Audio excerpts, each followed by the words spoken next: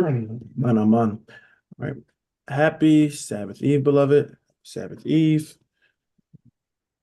Like always, we thank the Most High God for another Sabbath that we can come together. First, we want to give honor to the Lord God of heaven, the great God that keepeth covenants and mercies for them that love him and observe his commandments. Then to his Son, who is our King, our Savior, our Prince, our High Priest, our Apostle, whom the Most High used to reconcile us back to himself. So we thank God for his Son. And then all that are joined with us, elders, mothers, brothers, sisters, children, um, even those online, all the partakers of the heavenly calling, as the scriptures say. And then those that have not been awakened to the truth, we ask and pray that the Most High touch them and awaken them, just like we have been awakened to his truth. So we always want to make sure we keep those in mind as well. All right. But like Paul says, desire that Israel be saved. All right. So, all right, beloved, we are in Exodus. Okay. We are in Exodus chapter 26 is our chapter for this evening.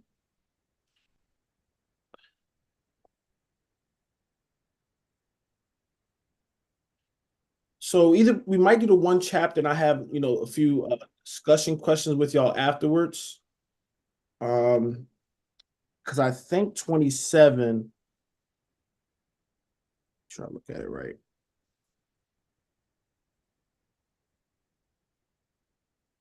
Wait up. Yeah, 26. All right, yeah, we'll just play it by ear. We'll play it by ear.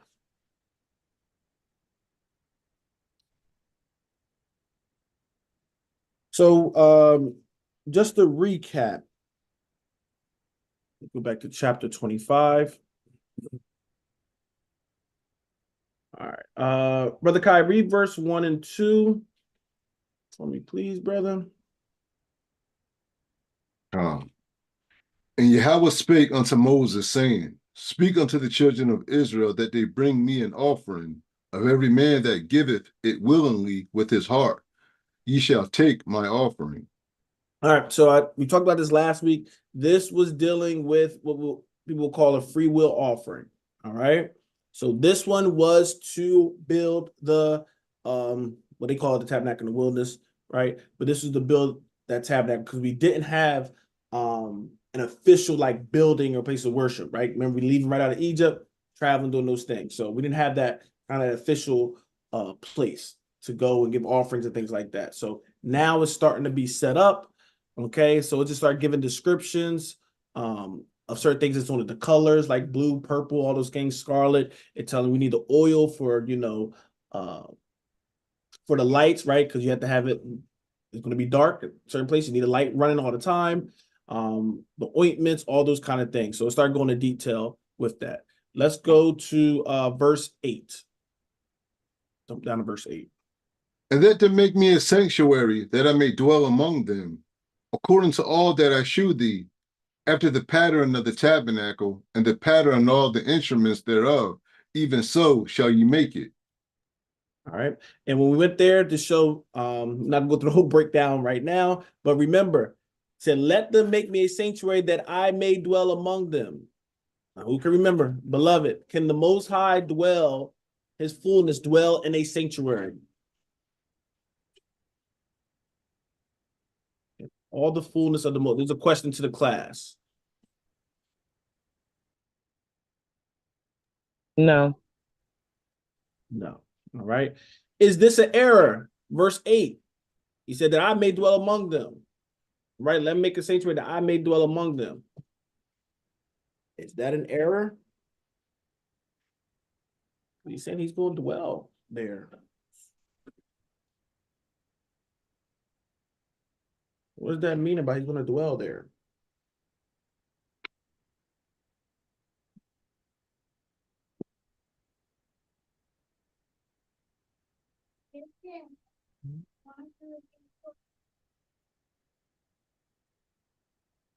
When we're looking at the dwelling, he's going to be there, beloved. All right.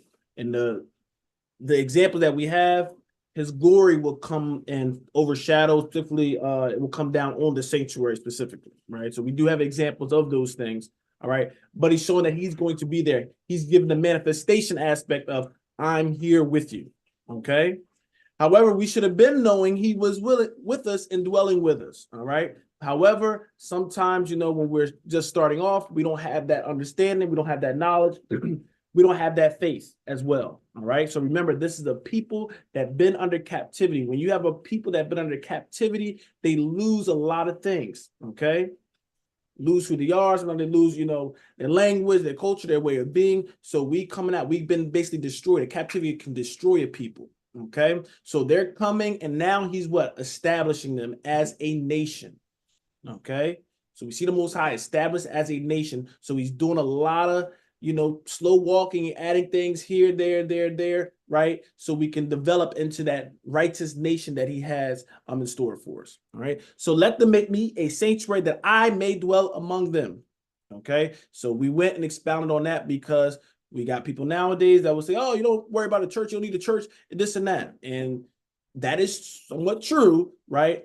But you need to have an understanding of what you're saying. Because just saying somebody's in the church, you don't need to do that and all that stuff, that ain't what the Bible said either. Okay. Verse 9, Brother Carr. According to all that I shew thee, after the pattern of the tabernacle and the pattern of all the instruments thereof, even so shall ye make it. So this sanctuary was divinely inspired, right? This was not according to Moses. And I know y'all know this, beloved, but I'm going to keep repeating certain things because sometimes I ain't going to keep repeating it, but I want some of this stuff to be in your minds so when it comes up, This was not Moses' idea. Moses did not architect and say, you know what? I think this should be 9 feet long. I think it should have these colors. He did not have nothing with it. All right. Verse 9, he read, according to all that I show thee. So Moses was shown the tabernacle, okay, after the pattern of the tabernacle and the pattern of all the instruments thereof. Even so shall ye make it. Okay, so this was a replica of the true tabernacle. We have seen that. So this is when we're saying, when you understand the law, you understand these things, you get to have a little glimpse into the spiritual aspect of it. But some people don't understand it. They'll just throw the whole law away. No, this thing was what? Divinely inspired. Okay. What precept? We went to Hebrews for that, right? Let me just find it. Because today, beloved, ain't too many precepts in that chapter, just so we know. Taking my time with this. Hebrews chapter 8 and verse 5.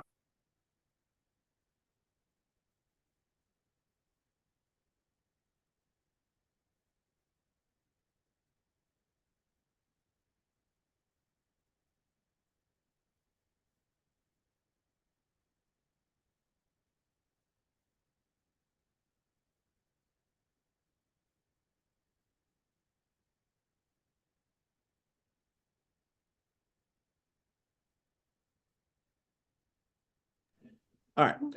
Hebrews chapter 8, once again, just showing the same precept, and this is what Paul was talking about.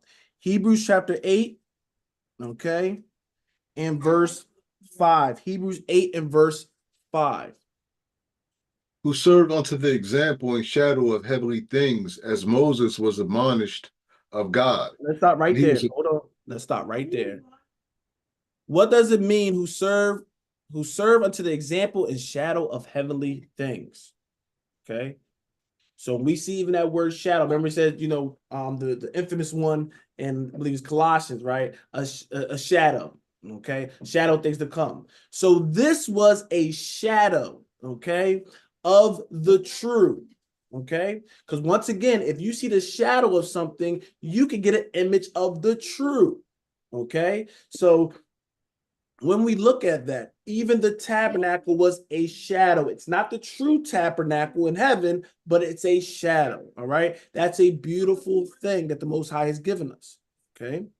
Same thing with sacrifice and all that. Those things were shadows to what? The true. Okay. So he's given some of these language things, but remember what he said, an example is shadow of heavenly things, not earthly things, of heavenly things. So when we see the tabernacle and the things that was set up, this was something heavenly inspired. Okay. Nothing to do with Moses. Let's keep going in verse 5. I'll start from the Who top. served unto the example and shadow of heavenly things, as Moses was admonished of God when he was about to make the tabernacle. So Moses was told by God, before you make the tabernacle, this is what? This is the blueprint. You make it like this, Moses. Don't start freestyling, because everything that I'm giving you it has a meaning and purpose behind it. The Most High just don't do things, beloved. It has a purpose behind it. So he's saying, even the tabernacle, you have to do it just like this, where I'm instructing you, because it's supposed to be a replica of the true tabernacle. When they see this tabernacle and they can understand this earthly tabernacle, they will be able to understand what? The heavenly tabernacle.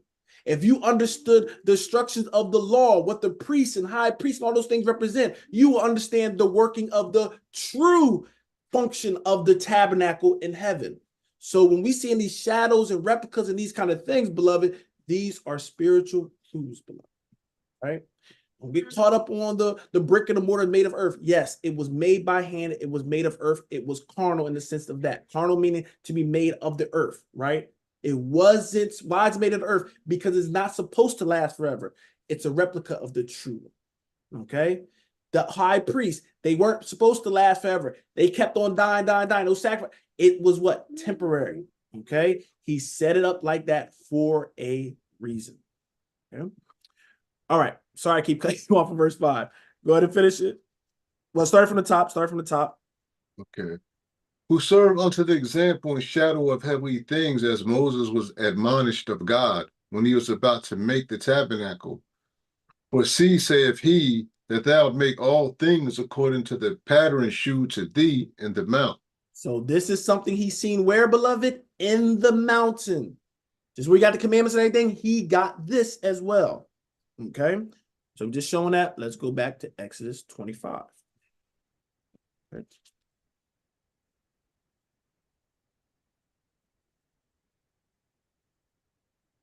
Once again, showing that because I hear a lot of different things according to that, and people just grabbing stuff and saying all kinds of stuff. You want to make sure you take your time and understand what the Bible's saying. Okay. And why this is important as well, because this was part of the law and stuff that he received. Okay. So remember, when you understand when the Most High commands something, that's commandment, it's a law. And this is where we don't look at certain things. You say, oh, well, it's just this is it's only what they have what's the number the kind that they give for the commandments? 6:13. 613, yeah.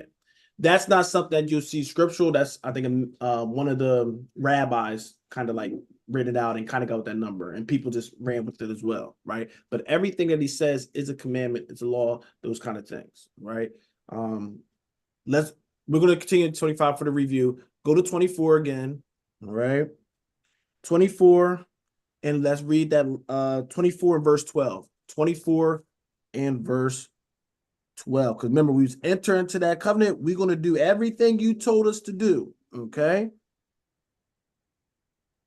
And Yahweh said unto Moses, come up to me in the mount, and be there, and I will give thee tables of stone, and a law, and commandments, which I have written, that thou mayest teach them. All right. So he gave him what? Laws, commandments, and table of stone. So I know he's already been told what? He only got the 10 commandments up there. But what did he get up there? Laws, the commandments, tables of stone. Now, you can't make the 10 commandments these 3 different things. Okay? But commandments was one of the things, and that was one of the things that was written and put in the side. But that's not the only thing he got from the Most High. So people are like, oh, the 10 commandments is up here because he got it from God. He got it all from God. Even the how to build the temple. how the things that go into the temple, all those things were all given by the Most High God. Okay? So you have to be careful because some will throw little things in there and don't understand. He got it all from God. Okay? Let's go back to chapter 25.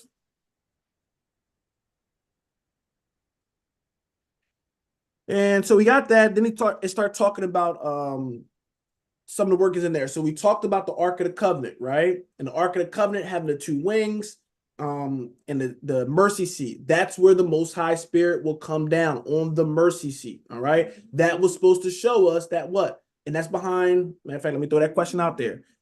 Where is the mercy seat found? Where's the room that the mercy seat is found? Ask it more specific.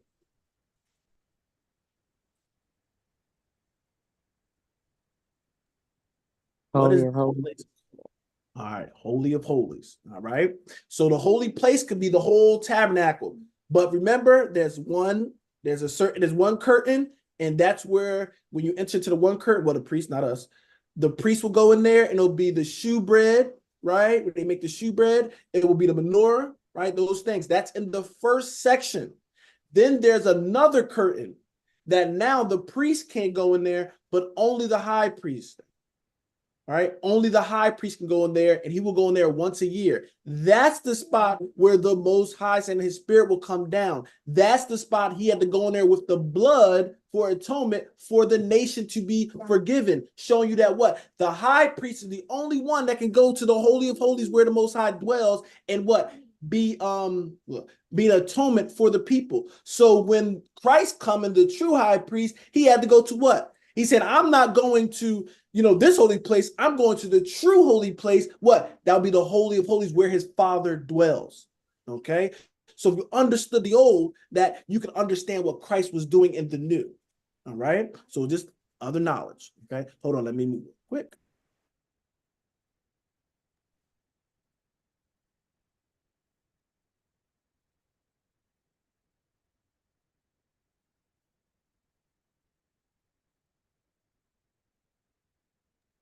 Sorry, y'all doing a little bit of moving. That's 25.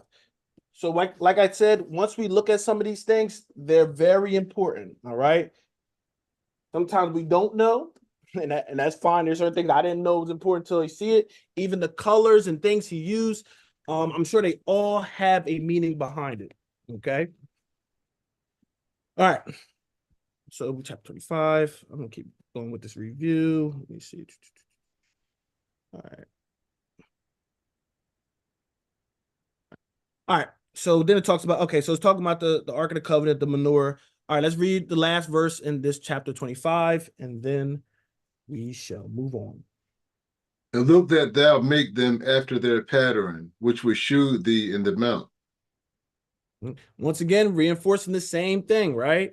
Look that thou make them after their pattern, which is showed thee in the mount. So, beloved, when we're thinking about these things, how the Most High set up, what was always teaching? Let me throw this question out there. What was teaching during this Old Testament or Old Covenant, however people want to have it? What was teaching? Was it the flesh teaching, or was it the spirit teaching?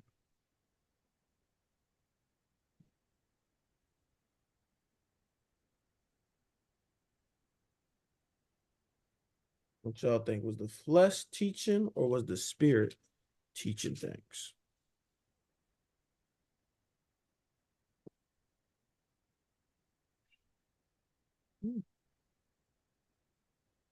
I mean, the spirit speaking through the flesh.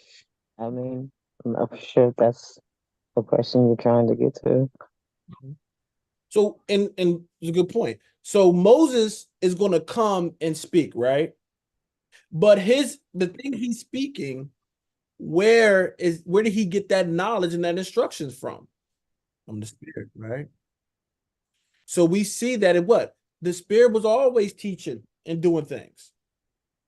Because they'll put it like now, the spirit just comes in New Testament, and now nobody was dealing with the spirit. It was just like carnal. Like, no, the spirit was dealing. That's how we got it through Moses. All right. But he got it through the Most High God.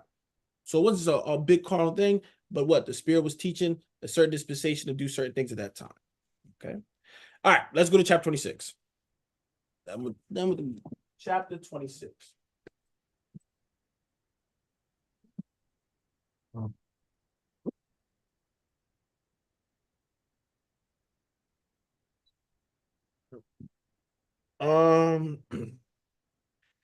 Let's do three at a time. I'm not gonna really precept or anything. Some of these things just instructions of how certain things are made and given the measurements and all that. So something we're just gonna go through. So let's do three at a time in case there is something. Moreover, thou shalt make the tabernacle with 10 curtains of fine twined linen, and blue and purple and scarlet, with cherubims of cunning work shalt thou make them.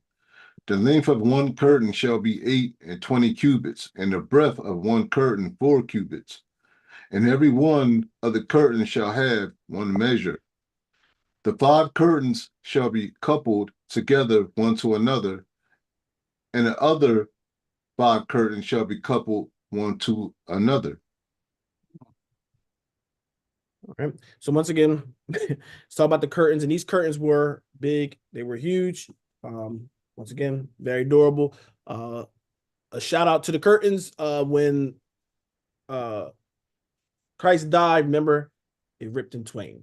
Okay. Other than that and separating the two places, towards the curtains. All right. But if anybody got anything, just unmute yourself, put something in the chat or whatever. But if not, we're just gonna keep going. Let's do the next three, Brother Kai. And thou shalt make loops of blue upon the edge of one curtain from the selvage and the coupling, and likewise shalt thou make the uttermost edge of another curtain, the coupling of the second. 50 loops shalt thou make in the one curtain, and 50 loops shalt thou make in the edge of the curtain that is in the coupling of the second, that the loops may take hold one of another. And thou shalt make 50 taches of gold, and couple the curtains together with the taches, and it shall be one tabernacle.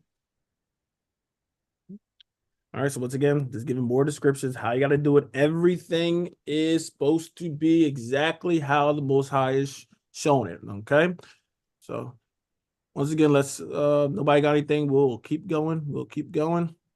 And thou shalt make curtains of goat's hair to be a covering upon the tabernacle. 11 curtains shalt thou make. The length of one curtain shall be 30 cubits, and the breadth of one curtain 4 cubits. And the 11 curtains shall be all of one measure. And thou shalt couple 5 curtains by themselves, and 6 curtains by themselves, and shalt double the 6th curtain in the forefront of the tabernacle. Once again, descriptions, okay? Some people look at the 11 curtains meaning something. Some people look at we'll say that 6 curtain by themselves, they'll put certain things with that, maybe even connect to creation. You have a lot of different aspects where people can go with it. Once again, we're not going to even get into what it possibly be, but just so we can read it and we're seeing it. Okay. Let's keep going. And thou shalt make 50 loops on the edge of the one curtain that is outmost in the coupling, and 50 loops in the edge of the curtain which coupleth the second. And thou shalt make 50 taches of brass, and put the taches into the loops, and couple the tent together, that it may be one. And the remnant that remaineth of the curtains of the tent, the half curtain that remaineth, shall hang over the backside of the tabernacle. And a cubit on the one side, and a cubit on the other side of that which remaineth in the length of the curtains of the tent. It shall hang over the sides of the tabernacle on this side and on that side to cover it. All right. So one thing I want to and where I miss it. That it may be one. Once again, two different aspects. One, showing oneness again, just showing it in the scriptures. Always talk about one, but sometimes we forget when we read something and we have a narrative we want to go with. So we see in that one, you're going to bring them that they be one. Some people look at that because remember, this is a replica of the true tabernacle, right? So you can look at it as some people will go and say the first part, right? Remember, the whole place is the holy place, right? So some people look at it as who's the minister, right? We have ministers, we have priests in this earthly tabernacle, right? This earthly tabernacle, when we had it, during Moses' time, we had priests, Levites, right? Who will be the ministers of the true tabernacle? I'm just going to try to make some comparisons. Who will kind of be looked at as the spiritual priests or the spiritual ministers? Think about what the priest did.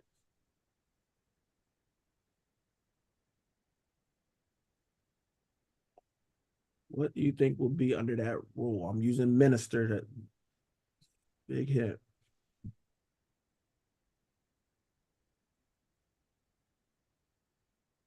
And maybe some people don't know what the Levites did. Remember, the Levites, they will go in there and they can they're in that first part. I think that first part, they making the shewbread, they're making sure the lamp is constantly being burning. They got the water on the outside that they do the washing and stuff like that. So they're doing all the functionality running around and things taken care of, and we deal with the temple. That's happening down here. So in the heavenly one, what kind of I'll say it without saying it. What's doing that in the heavenly temple? Who are the ministers there? Who are the servants there?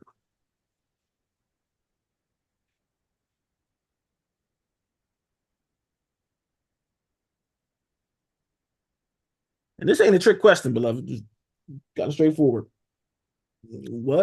What entity is serving in the true tabernacle?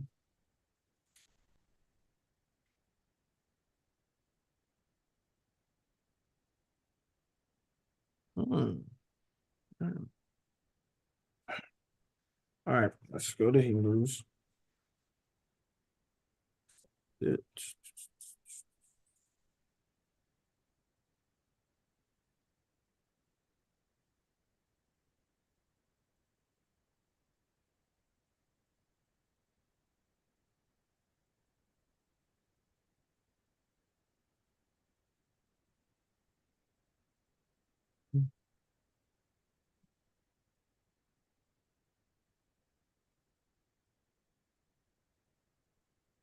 Let's go to Hebrews 1.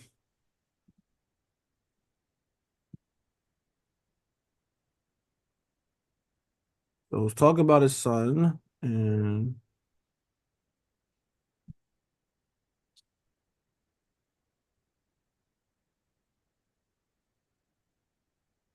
all right, 1 and verse 7. Hebrews 1 and go to verse 7. And of the angels he saith, who maketh his angels spirits, and his ministers a flame of fire. All right, so his angels are spirits. What is some of their duties? All right, go down to verse 13. But to which of the angels said he at any time, sit on my right hand until I make thine enemies thy footstool? He never. Anybody know what that means? What the writer of Hebrews is actually saying with that? Okay. Why he's saying, to which of the angels said at any time, sit on my right hand until I make thy enemies my footstool? Okay. He's trying to get us to understand that Yahweh Christ is not an angel. Okay. Now, if you're talking about the Hebrew word, just meaning like the minister, stuff like that, yes, he does that. But he is not on the same level as the angels. He's above it. So this is what he's trying to say. To which angel said he at any time? When did he ever tell an angel, sit on my right hand until I make my enemies my footstool? He ain't never put an angel on his right hand. Why? That spot is reserved for who? For Christ's son. All right. That's where he's going to be that high priest. He's got a certain position that the angels do not have. Okay. Now, verse 14.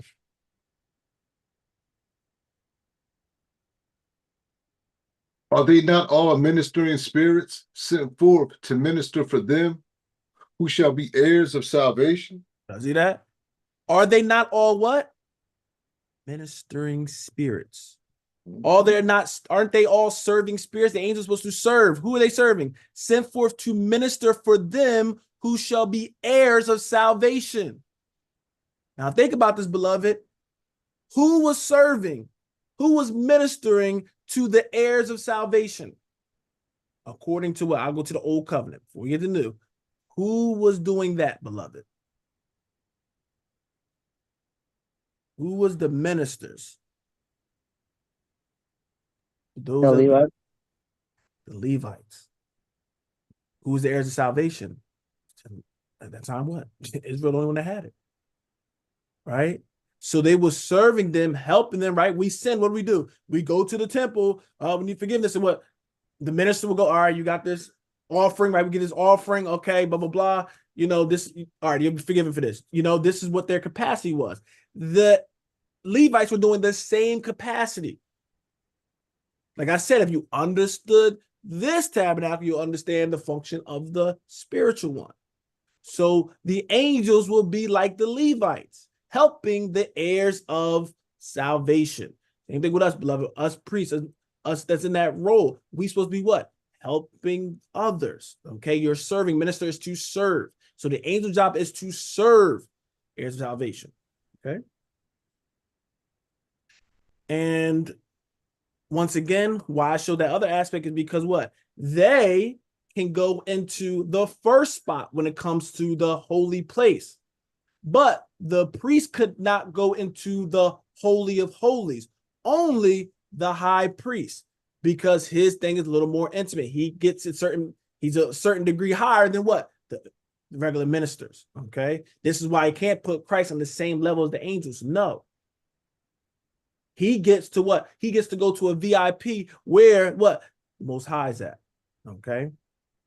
So just showing a little bit of that. This is why he was showing that kind of that separation in these laws and commandments. So we can understand it.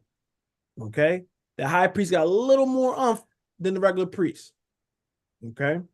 Just like Christ, he's over all. And he's the one that deals with the Father. We couldn't go into the holy place. Only the high priest goes into that Holy of Holies.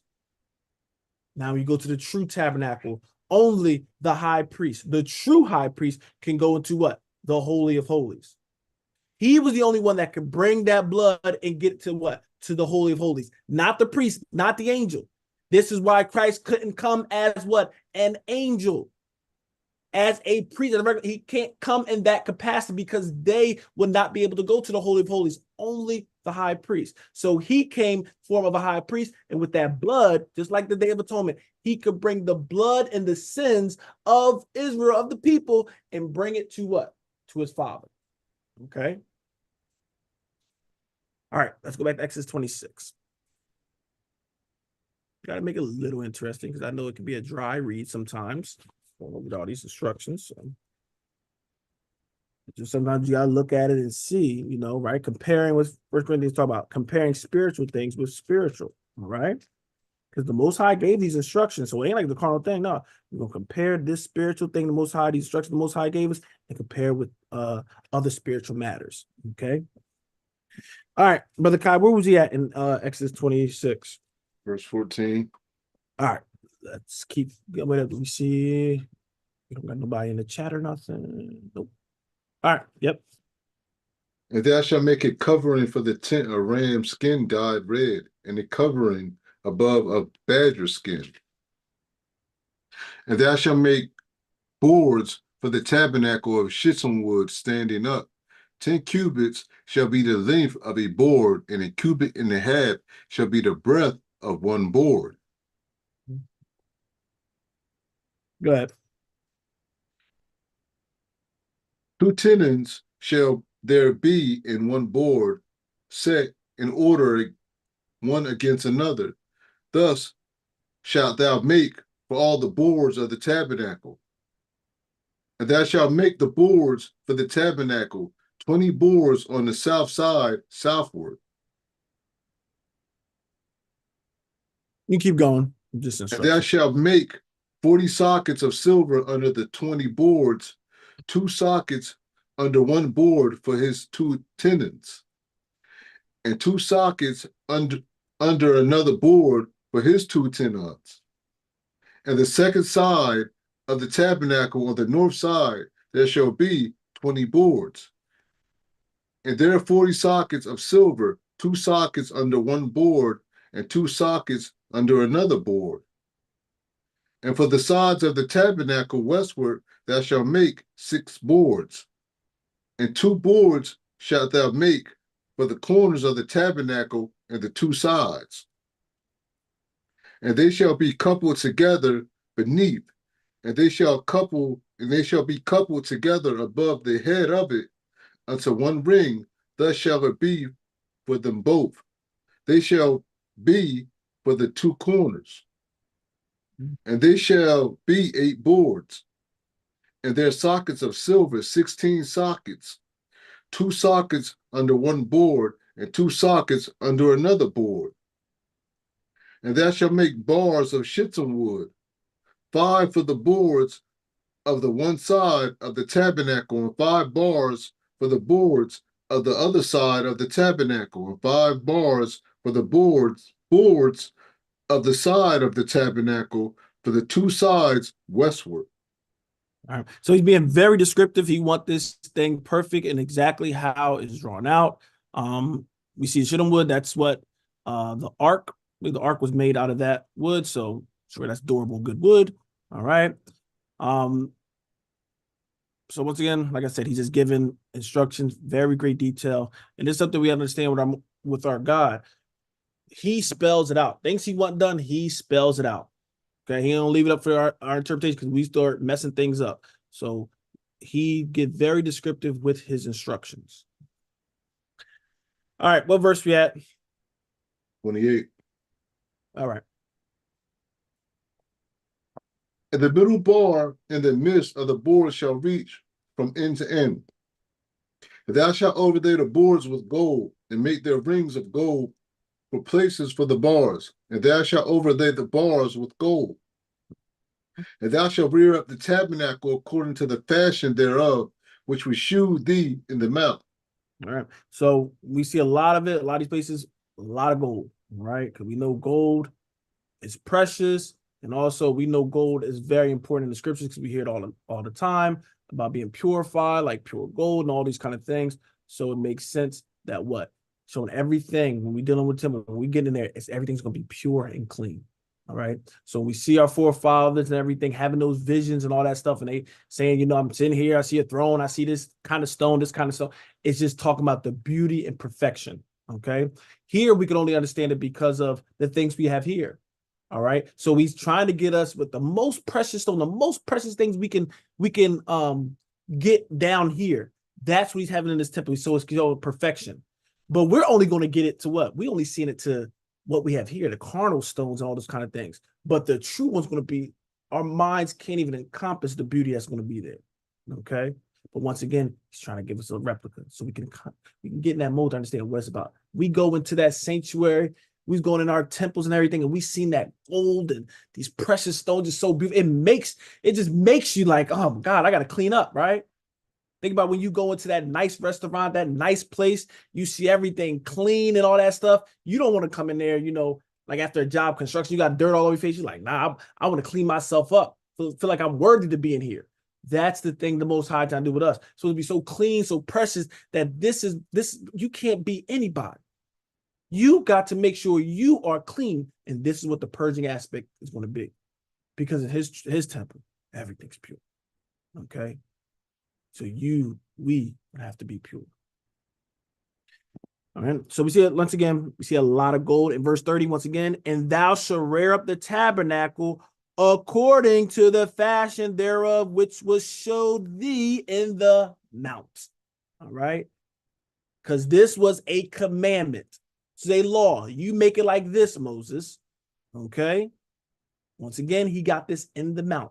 Not just the 10 Commandments, he got the instructions of how to do the temple as well. Okay. All right. Let's keep going. Verse 31.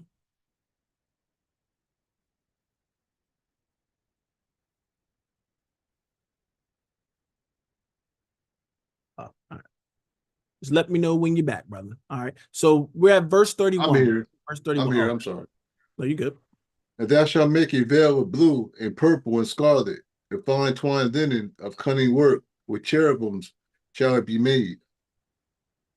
And thou shalt hang it upon the 4 pillars of shittim wood overlaid with gold. Their hooks shall be of gold upon the 4 sockets of silver. And thou shalt hang up the veil under the taches, that thou mayest bring in thither within the veil the ark of the testimony.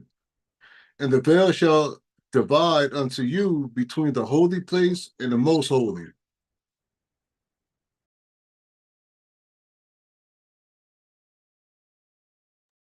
Go ahead, give me another verse. And thou shalt put the mercy seat upon the ark of the testimony in the most holy place.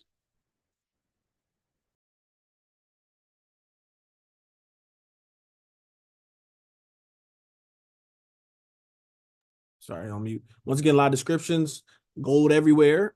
Once again, all right. And once again, and thou mayest bring in thither within, right? Thou shalt hang up the veil under the taches, that thou mayest bring in thither within the veil the ark of the testimony.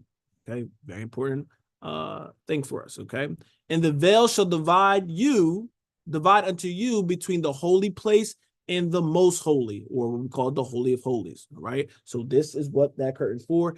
And it was for a reason. You put a curtain up or something, what? To block. So some people can't see or, get understanding of what's back there. So we always had, I won't go to Hebrews again. I think it's in Hebrews.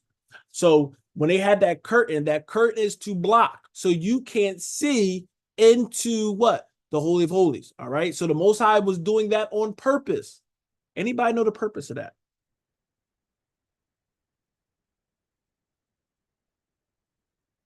Why was he blocking? What was he trying to show us with that?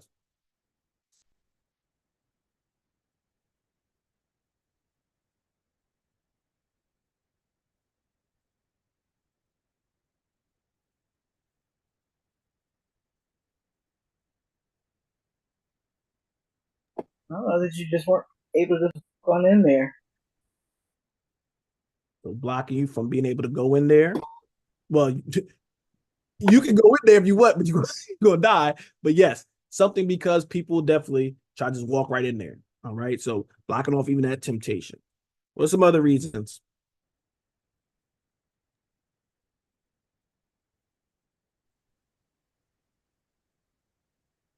Hey, Ricky. Thank you. I'm going to go now. Thank you, baby. Hey, anybody, guys? You're in the background. There was a curtain.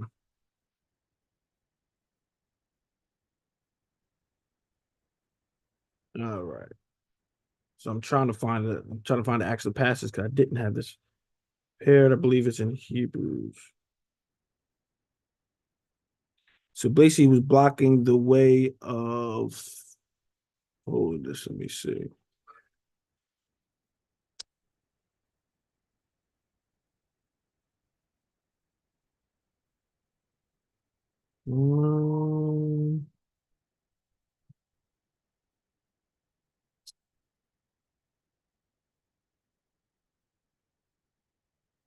All right.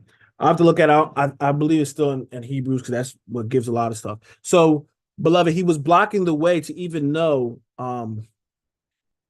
because it wasn't clear how to get there to the Father, that connection aspect, right? So that curtain was also like a veil, right? Also almost a veil of what? So you didn't understand or see clearly how to get there, right? But Christ has come to kind of now it's kind of made known with Christ. So it was blocking to let us know that no, I didn't make it clear how to get here, how to get that Holy of Holies until what? Because that was supposed to stay there till Christ come on the scene. And now we have that what? Veil removed. Okay. So now we can understand the things that were hidden, the mysteries of that, even that work in the tabernacle. Okay. So once again, I'm not gonna bore y'all time trying to look for it right now, but that's another aspect of it. Okay. And like Mother said earlier, you can't go in that Holy Holies. That's one of the big reasons as well. You can't go in there. So people like, oh, I could just I go right to God. He's my savior, he's my head. I have to go right to God. And no, you don't understand. Can't do that. It's not how it works. Okay. I know it sounds good. I know we want to put ourselves on. Nah, you don't do that. His son can go up there. He's the one that's doing it on our behalf. We're not worthy enough to get that, to go in that area. Okay. All right. Back to Exodus. And so divide unto you between the holy place and the most holy. Verse 34. And thou shalt put the mercy seat upon the ark of the testimony in the most holy place. And thou shalt set the table without the veil, and the candlestick over against the table on the side of the tabernacle toward the south. And thou shalt put the table on the north side. And thou shalt make a hanging for the door of the tent of blue and purple and scarlet, and fine twined linen, wrought with needlework. And thou shalt make for the hanging 5 pillars of shittim wood, and overlay them with gold, and their hooks shall be of gold. And thou shalt cast 5 sockets of brass for them. All right. So once again, a lot of description, what's going on in the temple.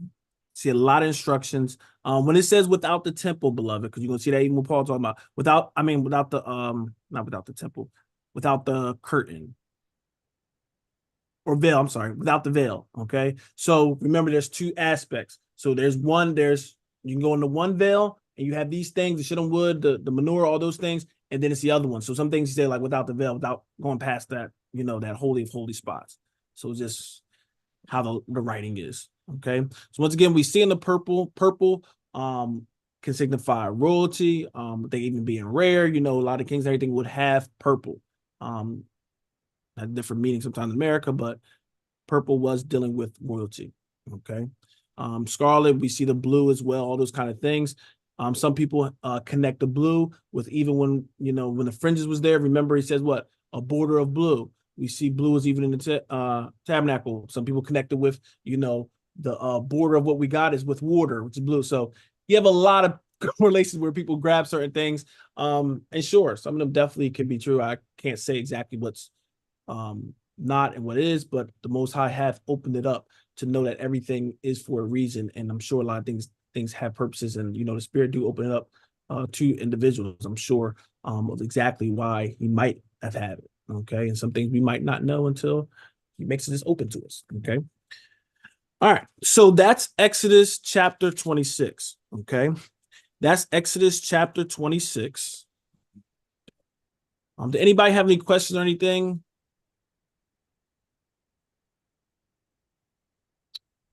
All right, let me officially close it out for those online.